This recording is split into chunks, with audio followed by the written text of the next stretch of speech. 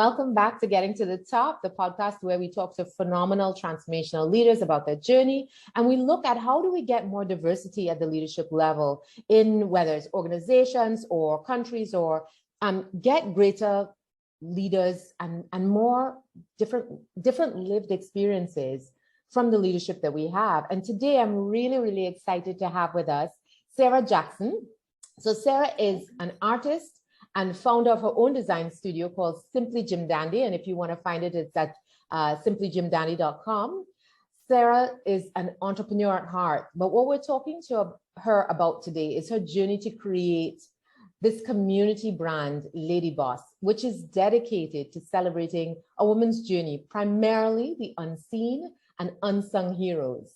And just talking about the fact that she's an entrepreneur at heart, in addition to Simply Jim Dandy and Lady Boss, she's also the proud co-founder and creative director of the brand AWF&ON.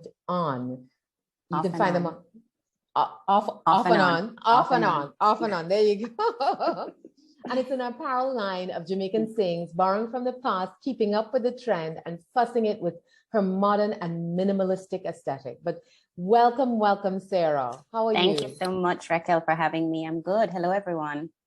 Wonderful. So let's talk about it. I really wanted to talk to you about Lady Boss and what inspired you to create this community, because I think that is what is so incredibly important right now. So it's a really interesting, it started as a personal journey, and the more it evolved and the more I kind of leaned into allowing to let go of the control, let go of the reins, and just having it take its own natural course, I found that it was so much more than me. I think I was probably at my 37th birthday 3 years ago, and I had a complete meltdown. And I was like, I got an email from a client as a really stressful project, and they're like, thank you so much for, coming on board at the last minute, and you really just kind of taken us on, and we really appreciate you. And I was like, I've had clients for years, and I've never had this kind of gratitude shown. And always kind of felt, a little, exactly as you said, unseen, unappreciated. Yes, you do a job, but there's a difference in collecting a check and then feeling that you've added value somehow. And the more and more I went through the course of that year, there were so many other female colleagues and friends in business who they would call and have meltdowns too. And I was on the receiving end of those calls, and I was like, but it's not just me. Yeah. There are a community of women. There are a lot of us out here globally, not just here in Jamaica, who have felt that way. Some of us are in high power positions. Some are not even, they don't even own a business, but they are the CEOs of their life, Yeah. And totally feeling unappreciated. And I'm like, I'm just one person, but one person can try and make a difference, So I said, well, let me get on it, And then of course it came to trying to design the logo. And as a designer, anything you do personally, it's like, I can't do this. So I hired a fellow countrywoman from Trinidad, and she did my logo for me. And it's kind of just, like I said, I kind of left it and it took its course. And the whole idea is it's not just a role. Lady Boss, the brand, it's not just a role, it's a mindset. So whether it is that you're managing a fund with billions of dollars, and again, at that C-suite level, or it is that you're managing a classroom with 24 screaming children in your ears every day. I think the pandemic has really kind of highlighted the importance and the value of our teachers. That's really what it is. So created the brand, started on Instagram. It's primarily on IG. And wherever these women are, we welcome them to come and join our tribe, join the community. And what we do is really have a little short form of an interview, get to know them a little bit, put it up, highlight one of their, what I call the Lady Boss gem drops, and we share it. And, women in business have gotten sales for products. They've I've had one that came back just recently, and she said, Sarah, you have no idea just how amazing I felt seeing this posted today. I needed it today. Yeah. And of course, we want to toss in a towel sometimes. It's not exactly as we envisioned it, but little messages like that kind of keep me going. And I hope in some little way, I've made these women feel like you absolutely are valued. You're full of worth, and you should see it too. Yeah. And it's so funny you were talking about that thing about gratitude. I'm currently reading one of Richard Branson's books, and in this particular point where it's talking about keeping things simple, it talks about the simplicity of gratitude and saying please and thanks, and having a handwritten note, and having people feel just and he was even referencing a study that McKinsey did, that satisfaction in your career is less about the compensation, as long as you're being compensated fairly, but about feeling like you are appreciated for the work that you're doing. You know, I say to my team all the time, the time that you spend doing this work is sacred time, because it's time that you spend away from your family and away from the things that you love. And so you need to love what you're doing, but we also need to respect that this is hallowed, what you're doing, because you know, you could be doing anything else. Absolutely. Yeah. Absolutely, And so important. So tell me about some of the women you've met on this Lady Boss journey. I know one of my favorites is Danielle Terrelong, because I'm a huge fan of Danielle's, and I think she's just a phenomenal person. She and I both started our entrepreneurial journey at the same time, and then she stuck with it, and I picked a different path. But I've looked at her career growth, the growth of her business, and it's been just extraordinary, you know, the people that she's inspired, the work that she's been able to do, and how she keeps inspiring people. And I feel like, yes, you know, some of these unsung heroes are so important. So tell me about some of these amazing women that you've met on this journey. There's so many, Racquel, I don't even know where to start. For example, in my lead up, it was, of course, at the height of COVID in 2020. And I said, okay, well, I can't have too many people. I'd started a series as a video series, and found that a lot of women didn't like to be on camera, myself included. Hi, everyone. But I started first with my mom, who was a teacher for over 40 years. She's now a school principal. So I started with her. She's a very quiet but commanding leader. Then I had my nanny on board. So of course, you know, again, we're seeing completely different ends of the spectrum. I've had attorneys, I've had women who have completely pivoted their career path. One who was initially, oh my goodness, she was in international relations, and then went into food. Complete twist. I mean, it really is a broad spectrum of women.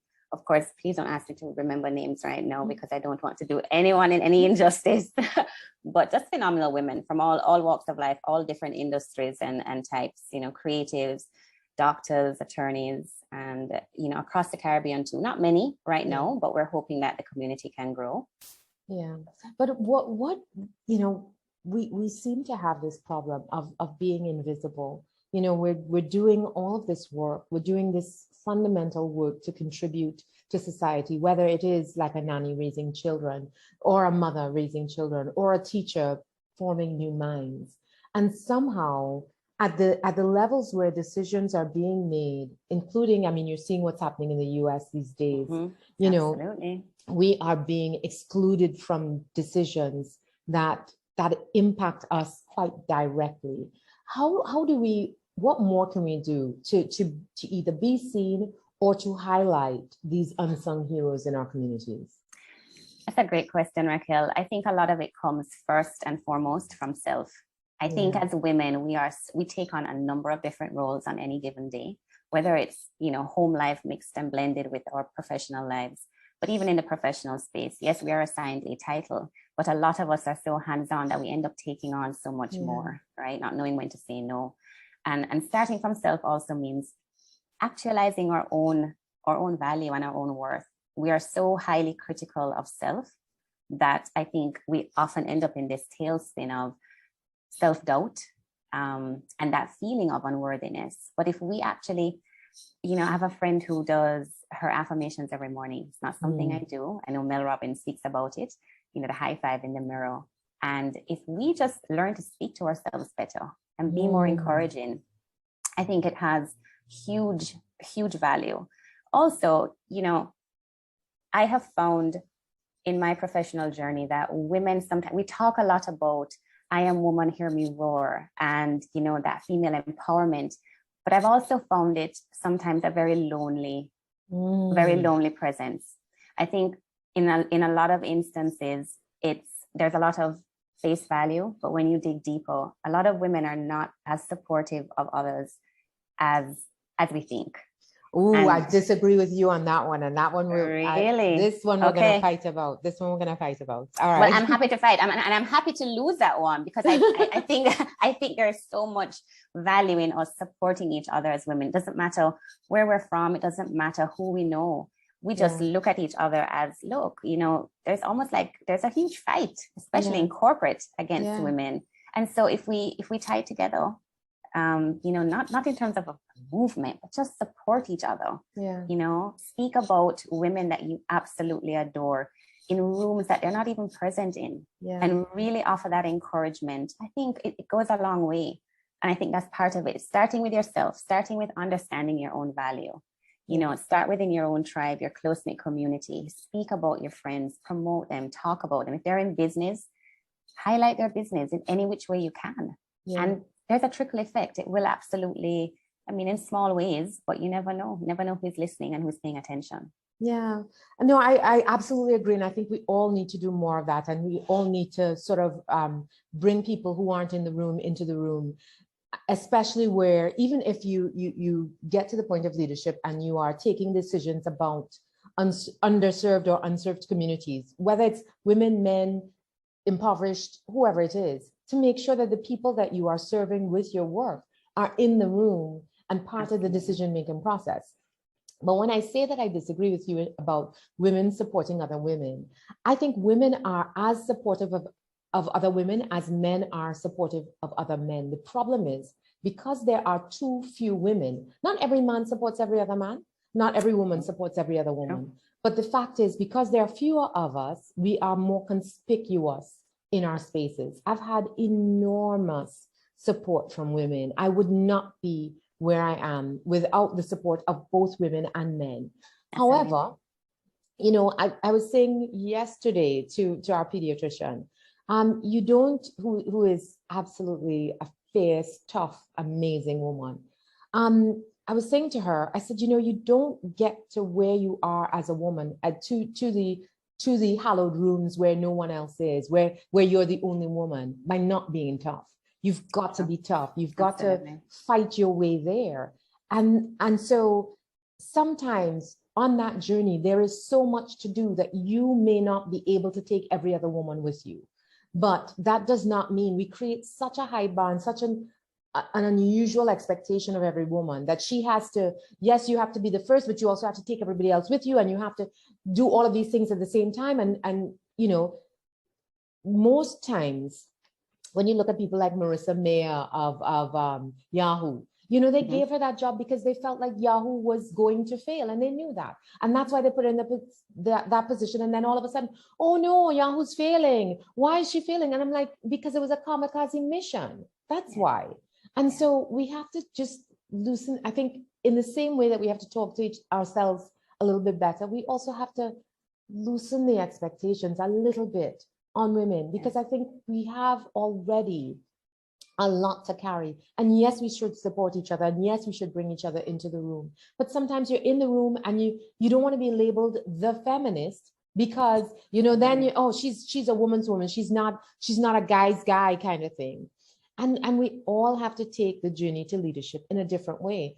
If I look at it statistically, and again, only from my own sort of measure, I would absolutely say that the women who have helped me have helped more women than they haven't. But the challenge is that, you know, how much do you carry? How much do you carry? Yeah, yeah. And I agree with you on the issue of it being a lonely journey. Oh my gosh, you know, being at the C-suite is so isolating. And then it is, you know, am I the only Black woman? Am I the only woman of color? Am I, you know, I'm doing this and I have a family. You know, I don't have the time to socialize with my peers, and my peers are so few and far in between.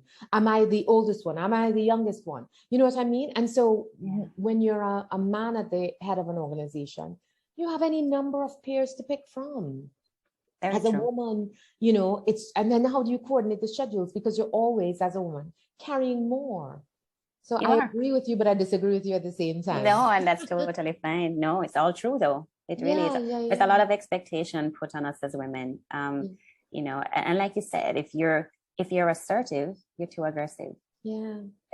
So it really is a very delicate balance, and some of us carry that so well. Some of us step into that and really own it. And others, they struggle. And that's okay too. Because again, we kind of have to learn how to chart our own course, because sometimes we do stand alone. Yeah. You know, so no, I think it's absolutely true. And when you talked about knowing when to say no, oh my gosh, you know, that's tough. That is tough, because you're like, is this the opportunity that's going to change everything? Do I say yes? And then one of my other podcasts that I did, she was talking about, you know, she was always willing to kind of take on the challenge. And it is that fine balance of figuring out, you know, is this something I say yes to? Is this something I say no to? And she was like, she used to be the one who would go get the coffee or go get the tea because it would get her into the right rooms. But then we also want women who aren't, you know, sort of the housekeeper at work kind of thing, because then you're pushed into a corner in that role. It's hard to come out of that role, eh? Yes. Yeah. So how do you figure out when to say no? I assess the risk. And the risk sometimes is, does it bring me peace? Yeah. I think in today's world, again, we have a number of things flying at us. You know, again, the pandemic forced a lot of women who weren't already in that digital space into that digital space, and trying to navigate how you do that was very tough, and it's very tough still. And by measuring the risk is, how am I going to feel at the end of it? It's not just about, and I'm not talking about airy-fairy feelings either, you know, like, yes, it may get me a bigger paycheck, it may get me the platform that I need, but am I going to be exhausted and burnt out and not of any use to myself or this new space that I've stepped into? Sometimes we know ahead of time, sometimes we can actually do that assessment, and sometimes we can't. So I think for me, is it worth it to me? Yeah. And depending on what it is and what I'm trying to assess, the worthiness of it comes in it's a different story for each situation. But I've learned to say no. And 9 times out of 10, I'm happy that I do when I do. Good. We were talking earlier about trusting your instinct. So when you sort of assess the risk, do you think about, am I the only woman this opportunity is being offered to? And then do you try and find, is there another woman that I could potentially recommend? Or, you know, how does that factor into the decision making or the risk assessment?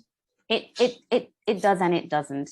I try very hard, Racquel, I guess in my upbringing, and the world has changed. It was never a matter of doing it because you're a woman or doing it because there's no other female in the space. Is it the right opportunity for me as a person? No gender role assigned, no gender specific anything, right? And that's kind of how I've still charted my course. If there was another woman in the room, or if there wasn't, I mean, I've sat in boardrooms as a designer. I am a graphic designer. And a friend of mine said to me, I was going out for a job, and she said, let me warn you, it's a room of alpha males. And I'm like, love it. I'm here for it.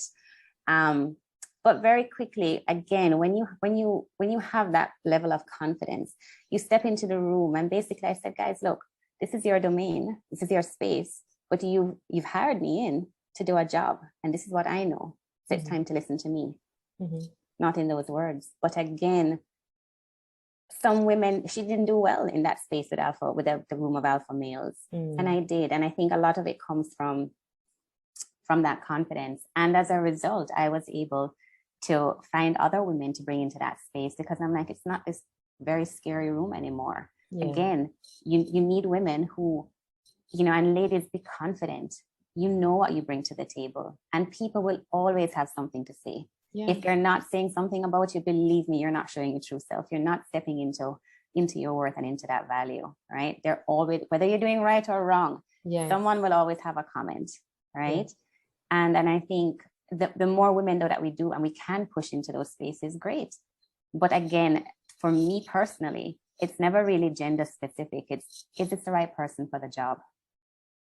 And unfortunately, I wish a lot more of our decision makers looked at things like that, because you will find that because women over the years have always had to balance so much, we bring the human element a lot of times into decision making that does not exist in a man's world. So yeah, that's Yeah, no, I think that's really important, and being able to sort of face that being in a room of alpha males, because if we are going to break new ground, we're gonna have to do that. We're gonna have to be in spaces where we've never been and up against challenges that we've not seen before. But that is how we're going to get this sort of this evolution of change, because you're quite a bit younger than I am, but when we talk about you freaking out about turning 40. I think that's so adorable, by the way. Um, you think about as a girl, what did you think that the world would be like when you got to this stage?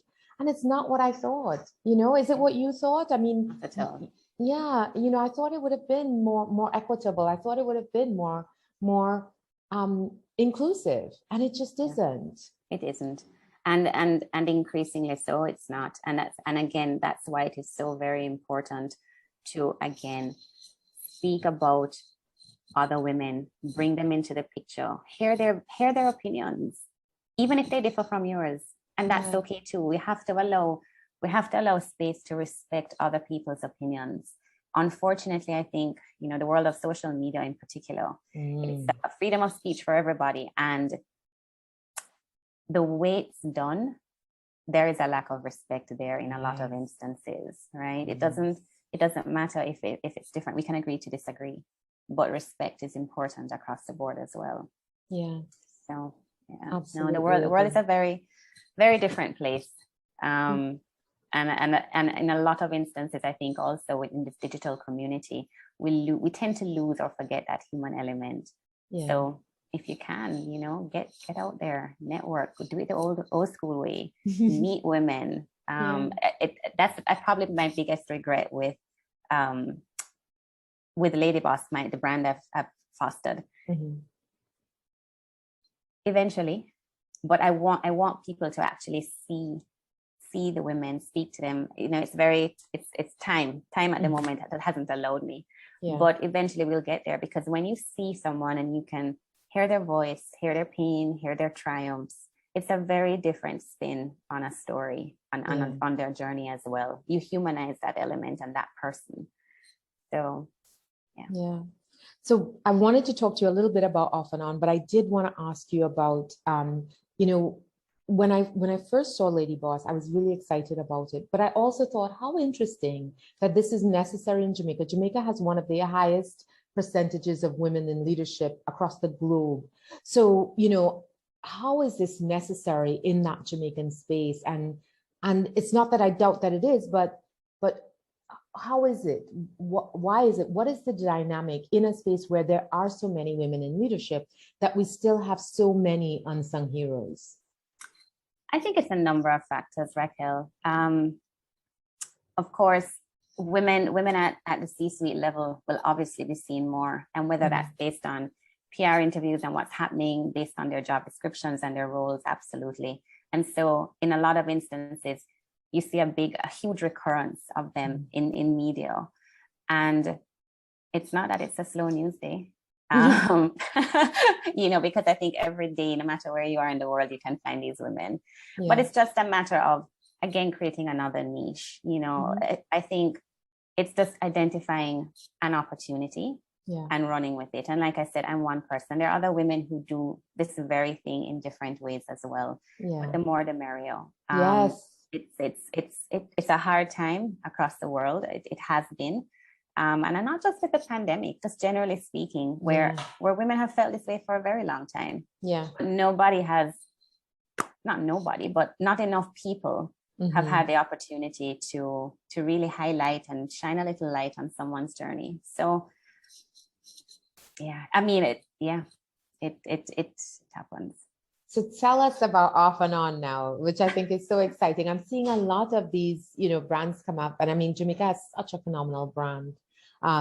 Just all of the little sayings. Every time I get a chance, I post something about a Jamaican saying, like one cocoa full basket, because that's how we're gonna address climate change. In my view, it's gonna be everybody adding something to the pot.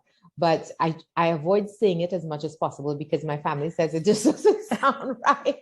I say it. Oh no. So I'm like, ooh, I get to write it, and I write it with the greatest festiness, huh? Absolutely. But I don't have the Off-and-On, authenticity in saying it. But oh yes, so tell us goodness. about Off&ON. Off-and-On was birthed again as a creative. The pandemic introduced me to insomnia. Never experienced that before. And of course, I have to keep busy, have to do something. And I said, let me try something else. Let me try and, create a product versus a service, because I'm a service-oriented business. Mm-hmm. Always wanted to have one, never knew. Took a chance, a friend and I, we teamed up, and that's really what it was. But it was a lot of it's basically wearing your words, getting things off your chest and essentially putting them right back on. So you don't have to have a conversation all the time. You can express how you're feeling. One of our early SKUs, Make It Make Sense, was really inspired from me, based on the Black Lives movement and what was happening in the US at the time.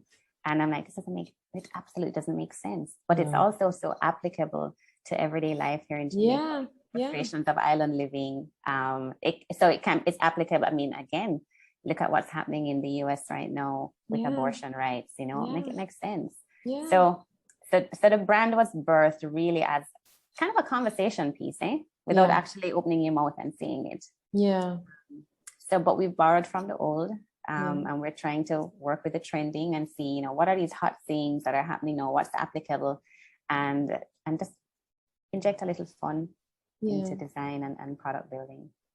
So what are you most excited about? What are you looking into the future and most excited about?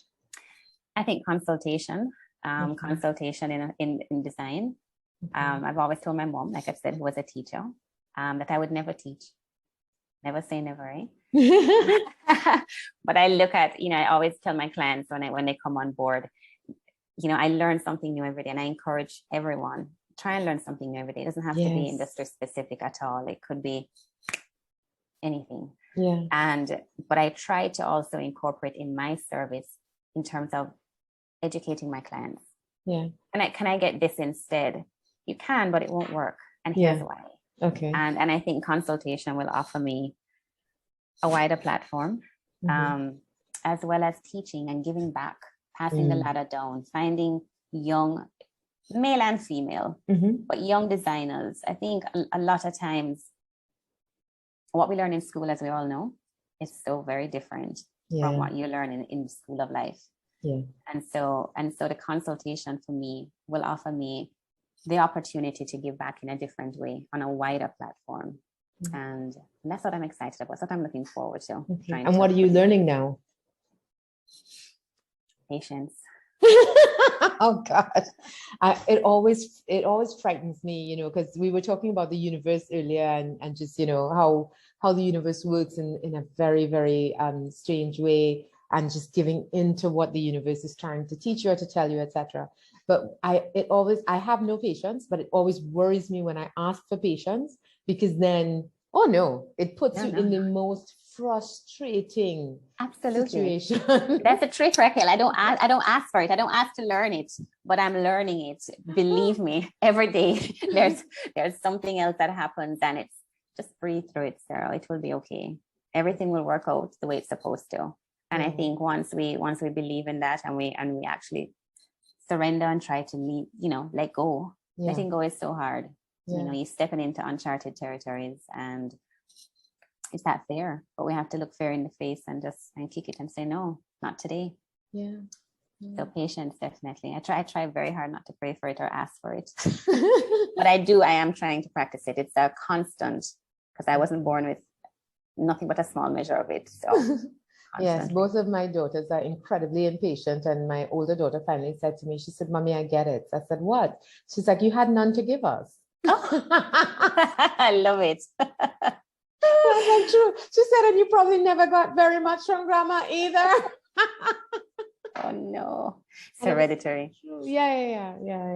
So I think for me, I'm learning boxing, and that's kind of really yes. And it's how is it going? Oh, I love it. Oh my gosh, I'm like addicted after 3 classes. Oh, awesome. Absolutely addicted. Yeah. So don't mess with me. I love it.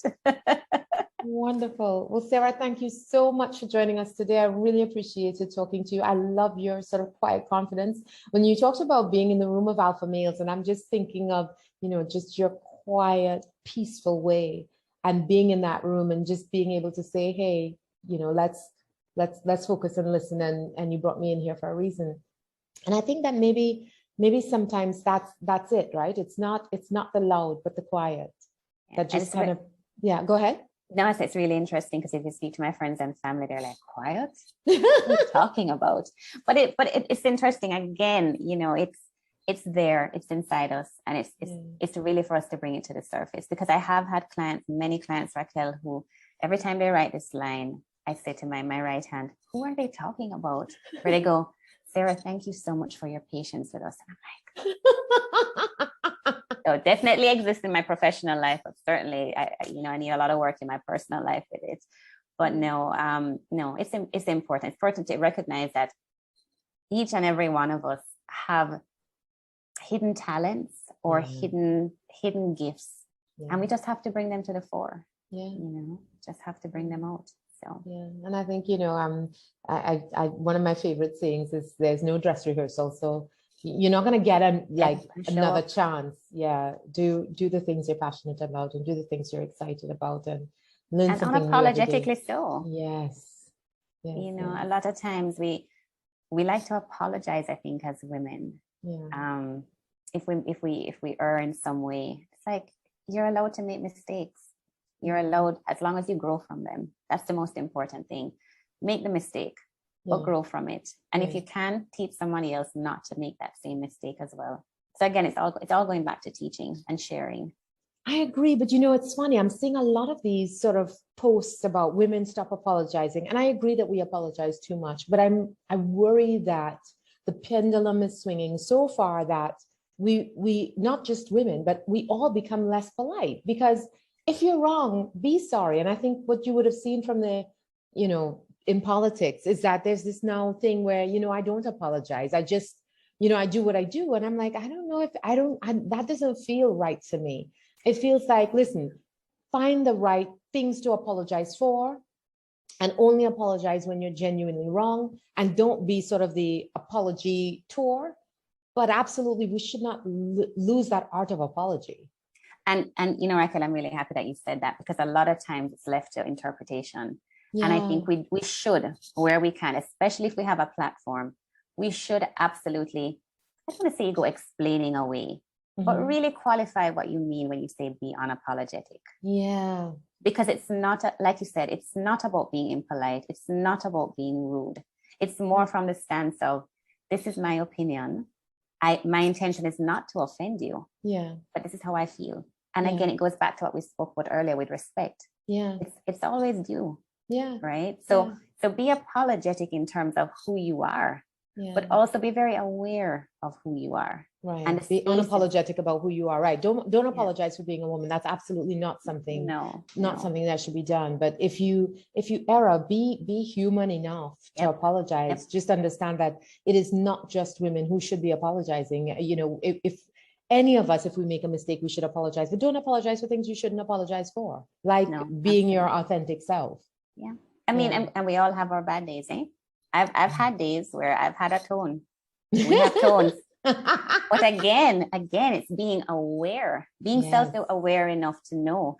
And I've called the person back and I said, look, I am really sorry. And they were, I remember they were an entry level. They had just come into the position, and had a lot of senior managers ahead of her. And she's like, oh, no, Sarah, it's okay. And again, it wasn't what I said, it was how I said it. And I said to her, I said, no, I was wrong. And I apologize. I know you're saying it's okay, but it's not okay. And I want you to know that I know it's not okay. So please accept my apology. We should never be too big, too powerful, too anything. To not be able to come back, step back and say, you know what, I was wrong there. Let me make that right. Because we always have an opportunity to make something right. So where we can. My God. What an amazing note to end on. Thank you so much, Sarah. I appreciate it. Thank you too, Racquel. Thanks so much for having me. All right. It was my pleasure. Absolutely wonderful. Thank you so much. And please subscribe if you're not already subscribed to Getting to the Top, where we talk about transformational leadership and how we get a better mix of leaders in all of the spaces, because it will lead to better results for all of us, a better place for us to live, a better place for us to thrive. Thank you. Bye. Thank you too.